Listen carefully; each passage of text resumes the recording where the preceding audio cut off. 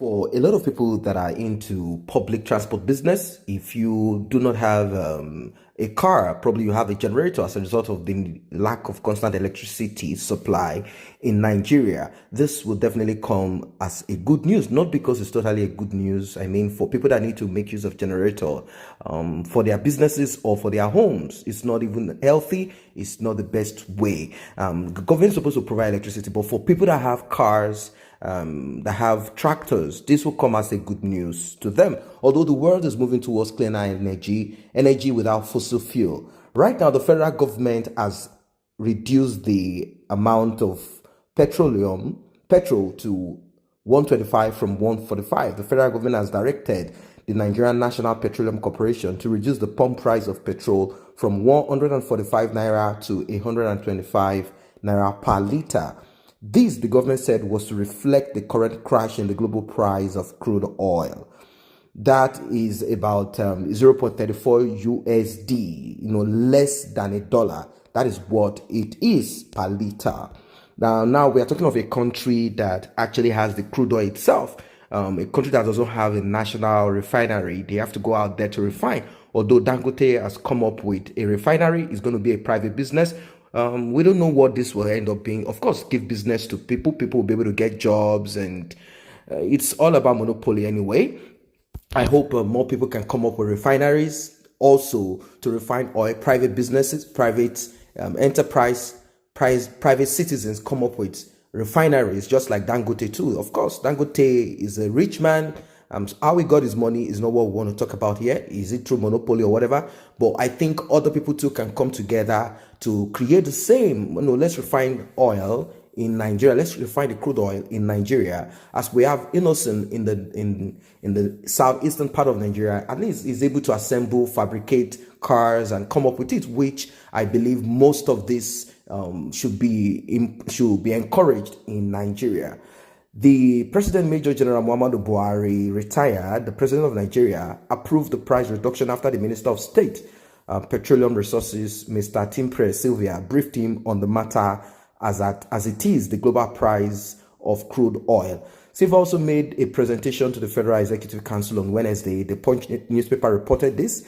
He said a drop in crude oil prices as the expected open market price of imported petrol below the official pump price of 145 per liter.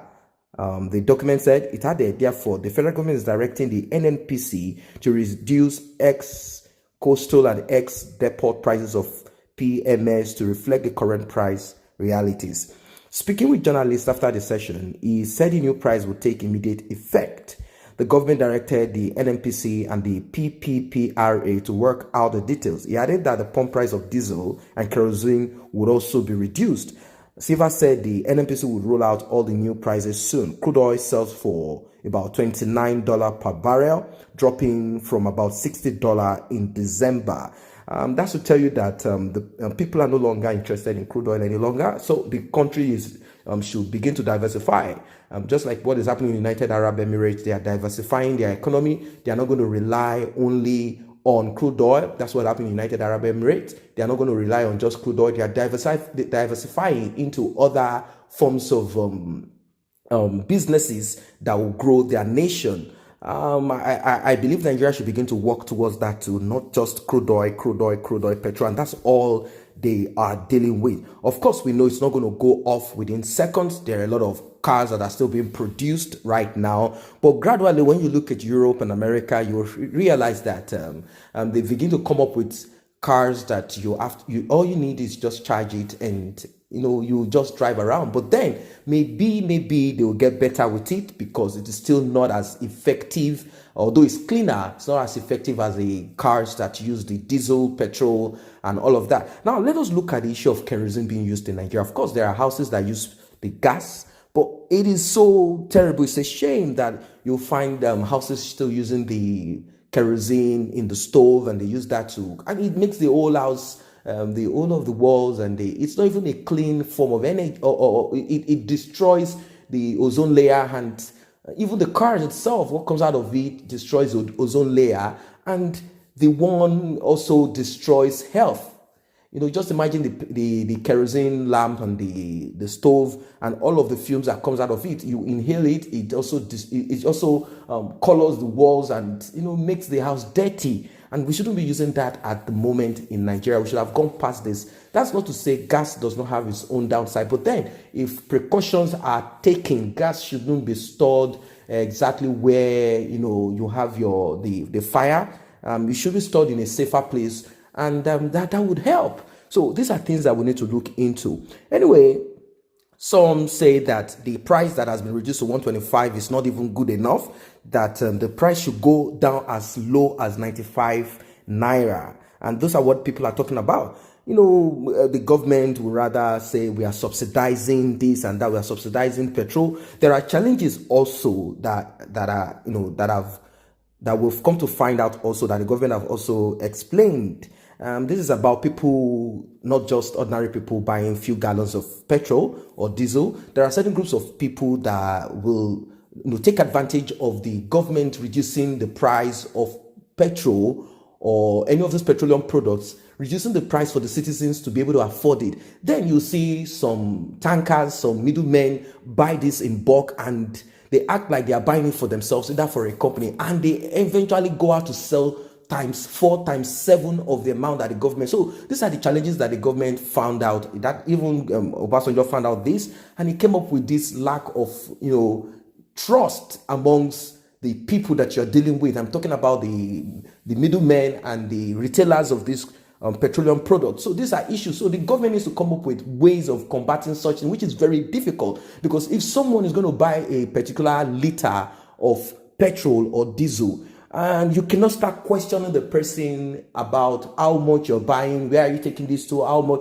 Those are the things that the government are faced with. But then I think the government can also work on this. The government can start by making sure that there's electricity supply all over the country. That will shut away the issue of people buying petrol or diesel for their automobiles, or for their houses to power the electricity in their houses. Yes, we know that there are certain companies, no matter the supply of electricity, even abroad, there are still companies abroad that still have the big generators in case power goes off. Even hospitals abroad, they still have a generator that they have to rely on in case there is total power outbreak. It happens abroad too. So don't think this light electricity does not go off abroad. It does, but for a few minutes, maybe 30 minutes, if it's going to go for 1 hour, they will immediately inform the people. And of course, generators for hospitals. So definitely they still need diesel for such. But then it is not in the way and manner that it is in Nigeria.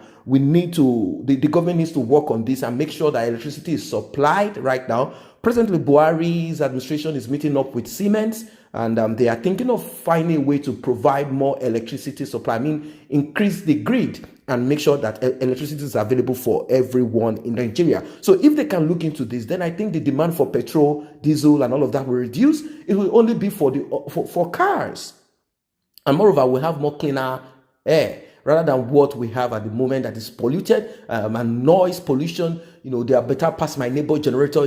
Everywhere you just hear the sound. You need to go to some houses, you find generators everywhere. The sound and the pollution is not good for health. It's not healthy at all. So these are the issues. So it's not just about the reduction of petrol and that we need to be happy about. We should also kind of press for the government to provide constant electricity, and this will enable people to live the life that they are supposed to live. So that is what it is. I don't know if it's a good news for you. If you are involved in business that has to do with petrol, do you think this is a positive move by Buhari, or you think they are just fooling themselves? They should reduce this price down, bring it down much. Someone said that they doubt if the federal government is not playing pranks with Nigerians. A country that cares for the citizen will not peg domestic prices of its major mineral resources on international market trends, that they will rather sell to the people based on having the resources for themselves. But I've just explained just one problem that Obasanjo administration faced. They realized that if the petroleum product is reduced, of course, they will talk about subsidizing because they need to corner some money. If the petrol is reduced, what about those retailers that buy the petrol at the price as at the national price, and they want to go out there, smuggle the petrol out there to sell out to other countries at triple the price. These are problems that the federal government came to realize. And also about the issue of not having a refinery in Nigeria. This is also the problem. So the point, the way they do the business is they call in these foreign countries and companies. They come in, they suck the crude oil, take it down to their country, refine it, give us our portion and keep theirs.